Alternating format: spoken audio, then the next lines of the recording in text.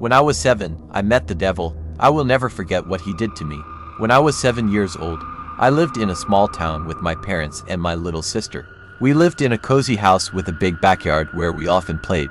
Life was simple and happy. I loved riding my bike around the neighborhood, racing with friends, and feeling the wind in my hair. My parents always told me to be careful, but at that age, I felt invincible. One summer day, my friends and I decided to race down a steep hill near our houses. It was something we had never done before because our parents always warned us about how dangerous it was. But that day, we felt adventurous. We lined up at the top of the hill, counted to 3, and started pedaling as fast as we could. The wind whipped against my face, and my heart pounded with excitement. As I picked up speed, I felt a rush of adrenaline.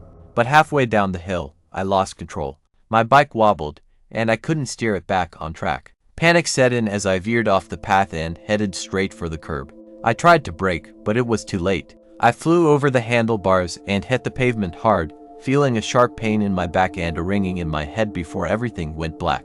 When I woke up, I was in a hospital bed. My body ached all over, and I had a bandage wrapped around my head. I was scared and confused, but my mom was there, holding my hand and telling me everything would be okay. The doctors said I had a concussion and some bruises, but thankfully, I wasn't paralyzed. A few days later, a man visited my hospital room. He looked kind, with a warm smile and gentle eyes. He introduced himself as Mr. Smith and said he was a counselor who helped children like me. At first, I was happy to see him because he seemed so friendly. He brought me a book and some candy, and we talked about my accident and how I was feeling. Mr. Smith visited me every day. He told me stories to cheer me up and always seemed to know what to say to make me feel better. But as the days went on, I started to notice something strange. He often talked about how pain was just a part of life and that sometimes we had to embrace it to become stronger. I didn't understand what he meant at first, but he kept bringing it up. One day, Mr. Smith asked me if I wanted to see a magic trick. Being 7 and curious, I said yes. He took out a small knife and made a shallow cut on his finger, then smiled and showed me how the wound healed almost instantly. I was amazed and a bit scared. He told me I had the power to heal like that too, but I needed to believe in myself and be brave enough to face pain. The next time he visited, he brought a small knife for me. He told me to try the trick, to make a small cut on my arm and watch it heal. I was hesitant, but he kept encouraging me, saying it would show how strong I was.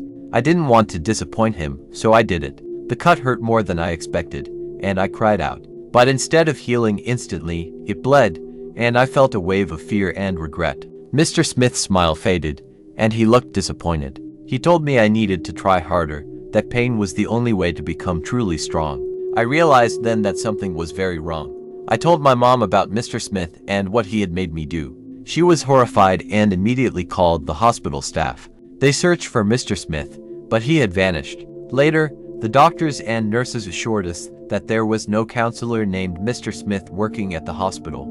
It was as if he had never existed. My parents were relieved that I was safe, but the experience haunted me for a long time. I often thought about that kind man who turned out to be something else entirely.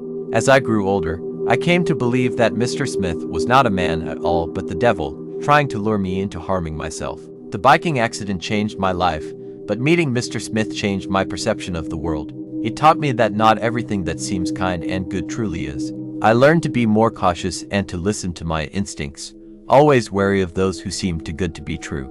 Gratitude echoes through the corridors of reality narratives. If this tale resonated with you, subscribe and imbue it with a spectral thumbs up. Your comments hold the keys to uncharted realms. What airy enigmas stir your imagination? Explore my other videos, they pulse with secrets and forgotten whispers. Until our paths converge again, tread lightly,